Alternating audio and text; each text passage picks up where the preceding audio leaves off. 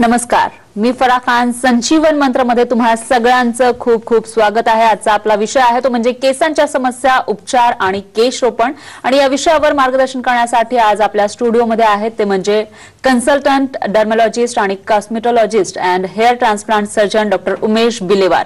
सगळ्यात आधी आपण त्यांचं स्वागत करूया. सर, आपलं खूप खूप स्वागत आहे. तर डॉक्टर या ठिकाणी बसलेले आहेत आणि मला वाटतं केसांच्या समस्या प्रत्येकालाच आहेत, तर त्याच्यावर उत्तर काय आहे, उपाय काय आहे ते त्यांच्याकडून जाणून घेऊयात. मात्र कार्यक्रमाला सुरुवात करण्याआधी आपण सरांची थोडक्यात ओळख करून घेऊया. जसं मी आता म्हटलं, सर कन्सल्टंट आहेत आणि त्याचबरोबर ते डर्मेटोलॉजिस्ट आहेत आणि कॉस्मेटॉलॉजिस्ट आहेत आणि हेअर ट्रान्सप्लांट सर्जन देखील आहेत. तर त्याच्यामध्ये त्यांना बराचसा अनुभव आहे आणि त्याशिवाय MBBSचं शिक्षण त्यांनी GMC नागपूर इथून पूर्ण केलेलं आहे. आणि त्याशिवाय त्यांनी 2014 पासून medical director of ozone care clinic मधून ते काम करतायत. सीवूड आणि नेरूल इथं ते काम करतायत सध्या. आणि DDVLचं शिक्षण त्यांनी MMC चेन्नई इथून पूर्ण केलेलं आहे. त्याशिवाय बऱ्याचशा गोष्टी आहेत त्यांच्याविषयी सांगायच्या, मात्र आपल्याला वेळ कमी असल्यामुळे तुमचे जे प्रश्न आहेत ते महत्त्वाचे आहेत, त्याच्यावर आपल्याला बोलायचं आहे. त्यासाठी आमचा नंबर लिहून घ्या. 022846684 हा आपला नंबर आहे. याच्यावर नक्की संपर्क करा आणि आपल्या या कार्यक्रमामध्ये सहभागी व्हा. आता आपण कार्यक्रमाला सुरुवात करूया. जसं की मी सांगितलं की केसांच्या समस्या या प्रत्येकालाच असतात, मात्र त्याच्यावर उपाय नेमका काय आहे ते आपल्याला माहिती नसतं किंवा तो उपाय योग्य आहे का तेही आपल्याला माहिती नसतं. त्यामुळेच आज आपण संजीवन मंत्रमध्ये त्याच्यावर नेमके उपाय काय आहेत आणि कोणकोणत्या समस्या आहेत त्याच्यावर बोलणार आहोत. आमचा नंबर पुन्हा नोट करा. 02266843333 हा आमचा नंबर आहे. याच्यावर नक्की कॉल करा आणि आपल्या याच्या कार्यक्रमामध्ये सहभागी व्हा.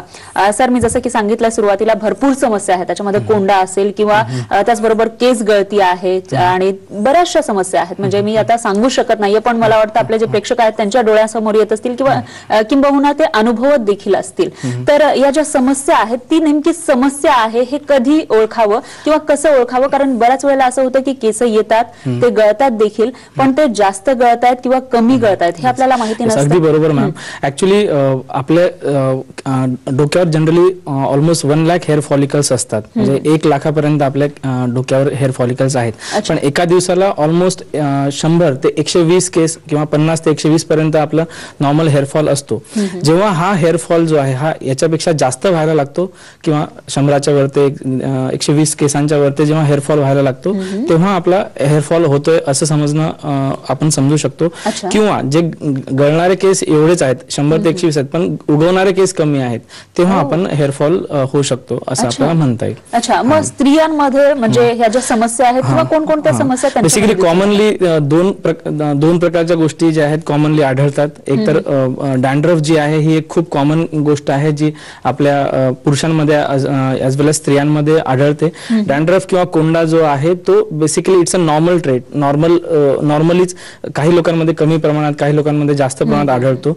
इट्स म्हणजे बेसिकली आपली जी स्काल्प आहे ती स्केलिंग प्रत्येकामध्येच होते, पण काही लोकांमध्ये ती दिसून येते, तेव्हा त्याला आपण कोंडा हा प्रकार म्हणता येईल. याला आपण कंट्रोल करू शकतो. याला आपण क्युअर नाही की जसं बाबा मी काहीतरी औषध दिलं आणि एका महिन्यात तुमचा पूर्णतः कोंडा गेला असं होणार नाही.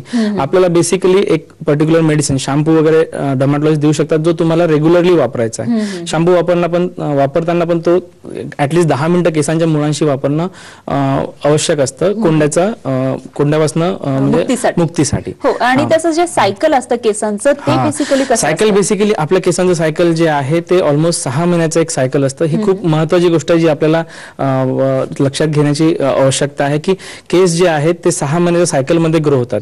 आज जर काही होतंय तर म्हणजे आजपासनं जे सपोज आज ग्रोईंग फेज सुरू होते. ग्रोथ फेज जी आहे ती 3 फेजेस मध्ये डिवायडेड असते. एक ग्रोईंग फेज ज्याला आपण एनाजन म्हणतो, नंतर कॅटाजन आणि टेलोजन. कॅटाजन ही स्टेबिलायझिंग फेज असते, टेलोजन हे फॉलिंग फेज असते. आपलं केसांचं जे सायकल आहे 3 फेजेस मध्ये डिवायडेड आहे आणि हे 6 महिन्यात आहे. 6 महिन्याचं म्हणजे जर आज आपण सपोज फॉर एक्झाम्पल एक रोपटं लावतोय तर ते 6 महिन्यानंतर उगवणार. तसंच केसांचं आहे की आज जर आपण काळजी घ्यायला सुरुवात करतोय तर ते 6 महिन्यानंतर आपल्या स्काल्पवर दिसणार. जर सपोज आज माझा हेअरफॉल होतोय तर तो 6 महिन्यानंतर जर काळजी काळजी घ्यायला लागलो तर 6 महिन्यानंतर त्याचं निवारण होणार अशातला भाग असतो.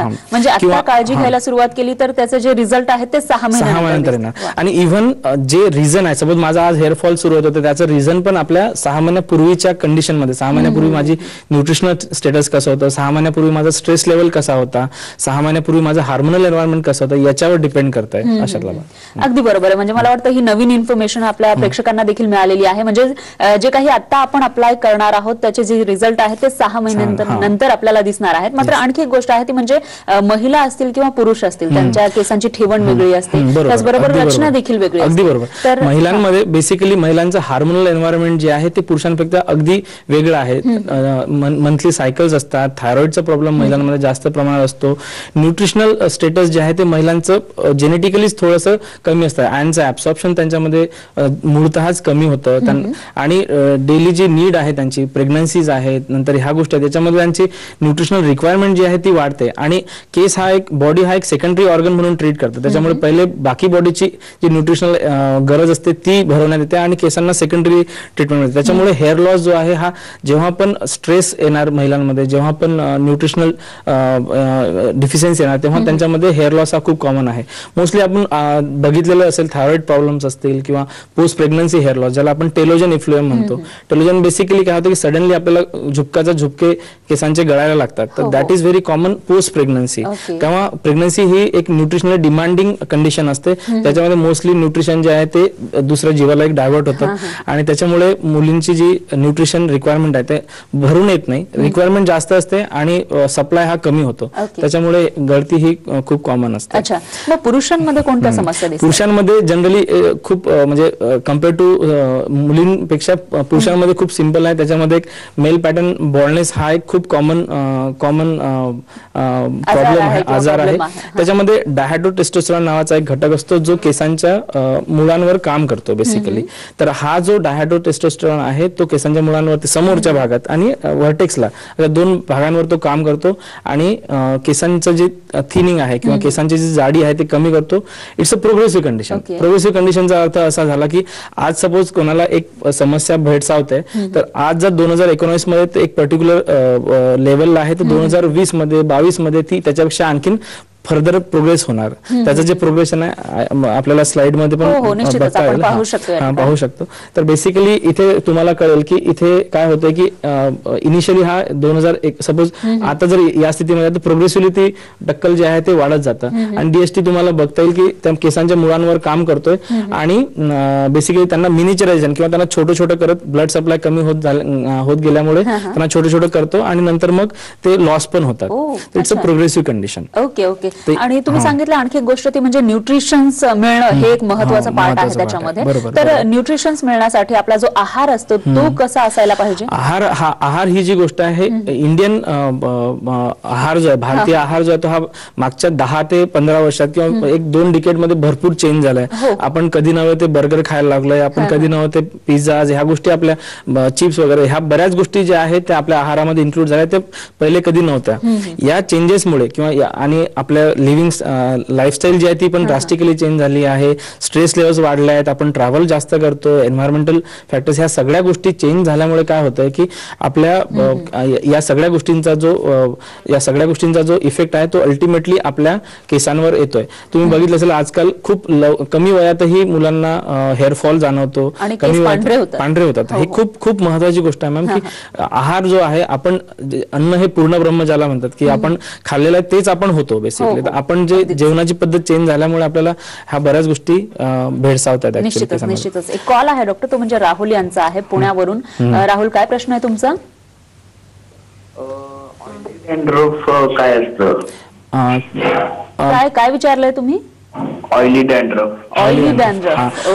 ओला कोंडा हा एक प्रकार असतो. त्याच्यामध्ये 2 प्रकार असतात. कोंड्याचे 2 प्रकार असतात, एक ड्राय डॅन्ड्रफ आणि ऑइली डॅन्ड्रफ किंवा ओला कोंडा.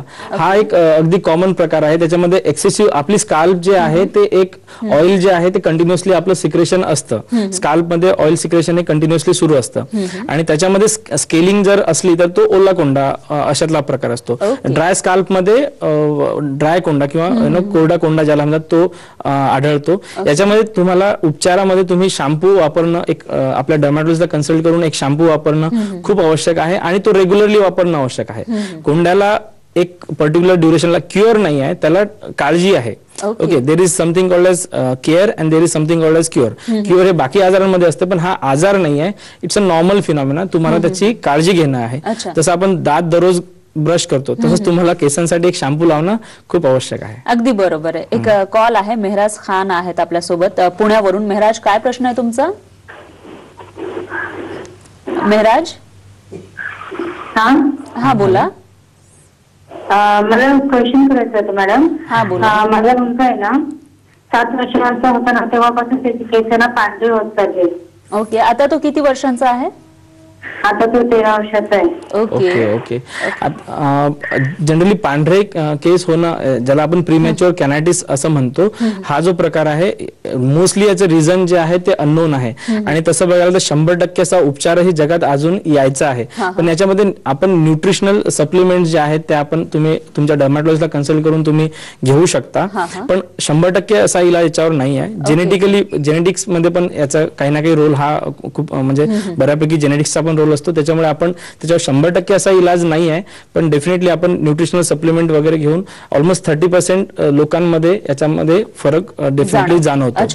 डॉक्टर, प्रोटीन लोक घेत असतात तर त्याचा काही इफेक्ट होतो का केसांवर? हा, प्रोटीन्स बेसिकली हेअर फिलामेंट जो आहे, जो एक केराटिन नावाचा प्रोटीन असतो त्याच्यापासूनच बनलेले आहेत. त्याच्यामुळे प्रोटीनेशियस आहार हा खूप महत्वाचा रोल प्ले करतो. इंडियन म्हणजे भारतीय आहार जो आहे तो जनरली कार्बोहायड्रेट डॉमिनंट असा आहार आहे.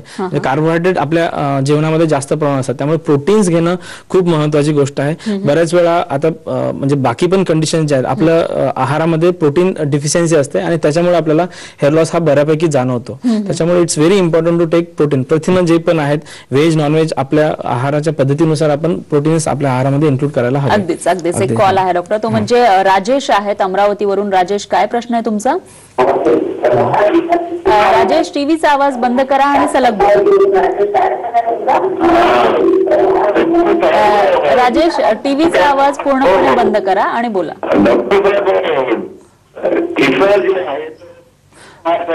माझे केस करली आहेत. हा, प्लेन व्हायसाठी आणि शायनिंग करण्यासाठी काय उपाय? ओके राजेश, तुमचं वय किती आहे? बहुतेक फोन कट झाला, मात्र ही समस्या बऱ्याचशा लोकांना असते. नाही, बेसिकली कर्ली हेअर जी आहे ही निसर्गाची देणगी आहे. ऍक्च्युली आपला हेअर फॉलिकल जो आहे नॉर्मली एका पर्टिक्युलर डिरेक्शन मध्ये असतो, पण कर्ली हेअर मध्ये काय असतं की त्याची डिरेक्शन जे मूळच आहे त्याचीच डिरेक्शन, त्याचा अँगल जो आहे चेंज झालेला असतो आणि त्याच्यामुळे वरती येणारा केस पण त्याच्या अँगलनुसार कर्ली होतं. त्यामुळे जर त्याच्यावर असा उपचार असा काही नाही आहे, कारण की अल्टिमेटली मग आपल्याला पेरेंट्सच चेंज करावे लागते. ठीक आहे, जर करायचं असेल तर आपण नॉर्मली जे स्ट्रेटनिंग वगैरे आहे त्या गोष्टी करू शकतो, पण असा औषध उपचाराने ते ठीक होणारी गोष्ट नाही आहे. अगदीच अगदीच. डॉक्टर उमेश, म्हणजे तुम्ही सांगितलं की स्ट्रेटनिंग करू शकतो, मात्र त्याचमध्ये आणखी भरपूर गोष्टी आहेत, म्हणजे परमनंट स्ट्रेटनिंग असेल किंवा इतरही गोष्टी आहेत त्याच्यावर आपल्याला बोलायचं. आणि त्याचबरोबर मुख्य म्हणजे जे हेअर ट्रान्सप्लांट आहे त्याच्यावरही आपल्याला बोलायचं. मात्र थोडंसं आपण थांबूयात, कारण संजीवन मंत्रमध्ये वेळ झाली एका छोट्याशा ब्रेकची. तुम्ही पाहत राहा साम टीव्ही.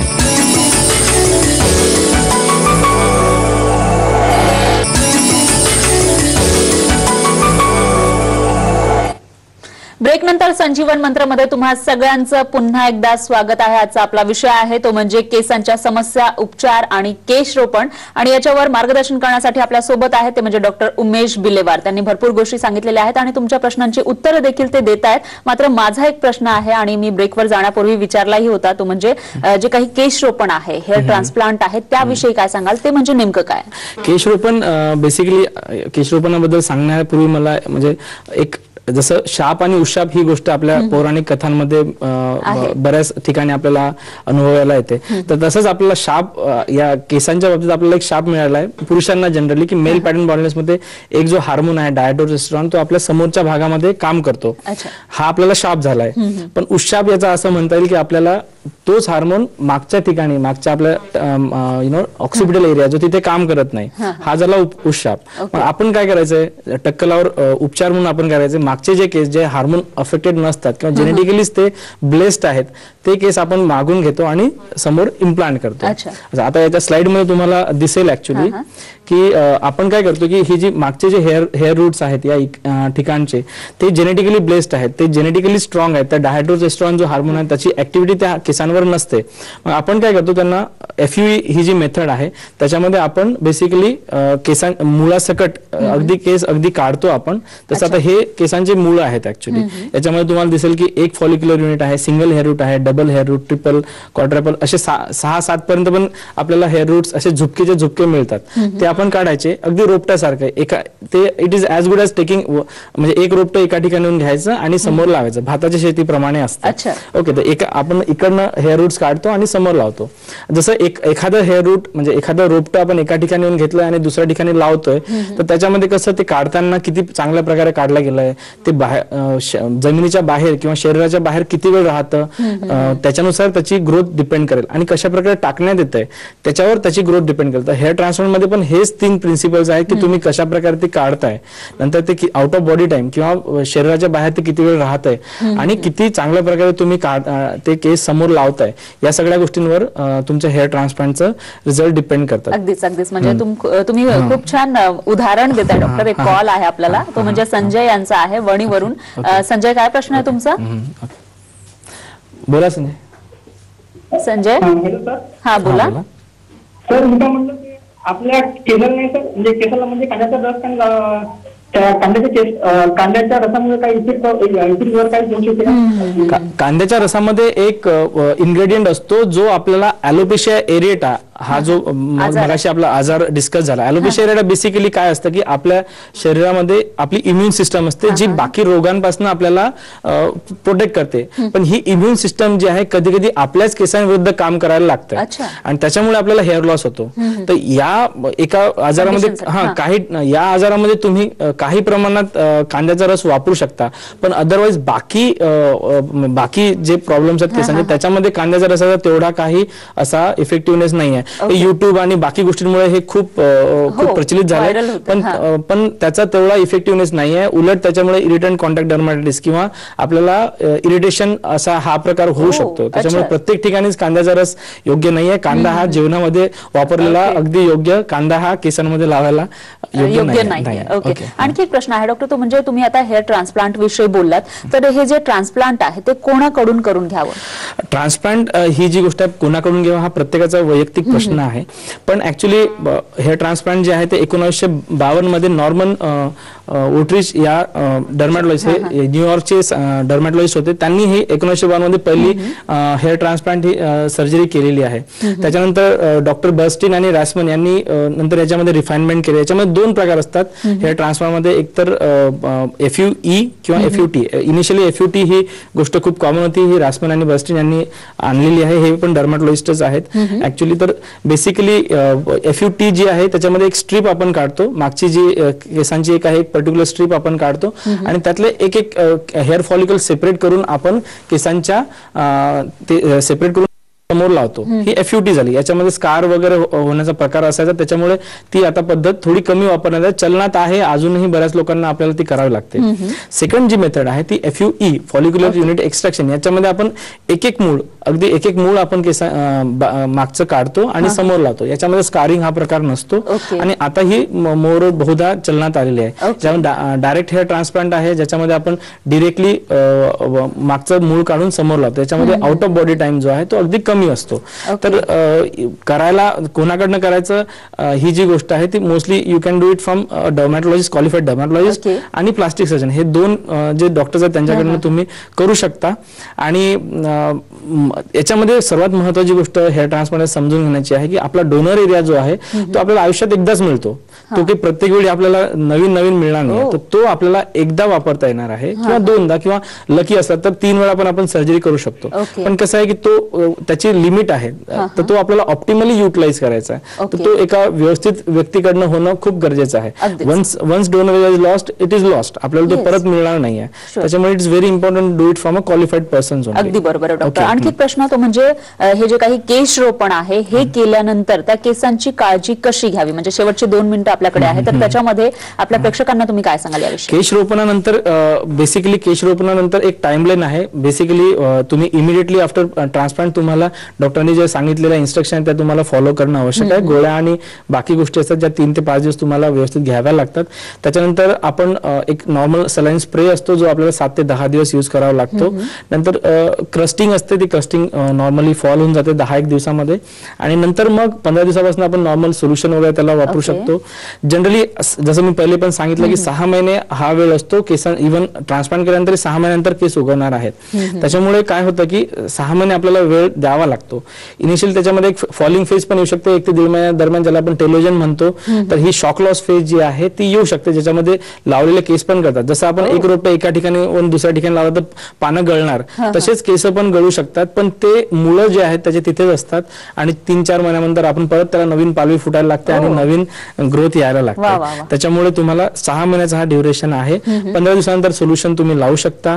केसांना डायरेक्ट सनलाईट पासून वाचवणं खूप महत्वाचं आहे. इनिशियल 2 ते 3 महिने तुम्ही डायरेक्ट सनलाईट पासून वाचवणं अगदी खूप मेटिक्युलसली तुम्हाला ते फॉलो करायचं आहे. डॉक्टरांचे इन्स्ट्रक्शन तुम्हाला अगदी छान प्रकारे फॉलो करायचे आहेत.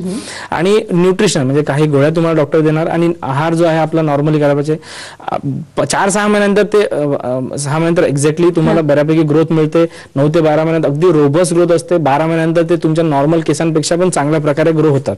त्याच्यामुळे नंतर तुम्हाला काही 6 महिन्यानंतर तुम्हाला अशी काही काळजी घेण्याची गरज नाहीये. ते अगदी तुमचे नॅचरल केस आहेत. तुम्हाला जे वाटलं शॅम्पू करा, व्हॉट एव्हर जे करायचं ते तुम्ही करू शकता. ते अगदी तुमचे नॅचरल केस आहेत. अगदी बरोबर आहे डॉक्टर. खूप छान तुम्ही माहिती दिलेली आहे, त्याबद्दल खूप खूप धन्यवाद. थँक्यू. आणि यासोबतच आजच्या आपल्या संजीवन मंत्रमध्ये वेळ झाली. इथेच थांबण्याची. पुन्हा भेटूयात नवीन विषयासह. तोपर्यंत पाहत रहा साम टीव्ही.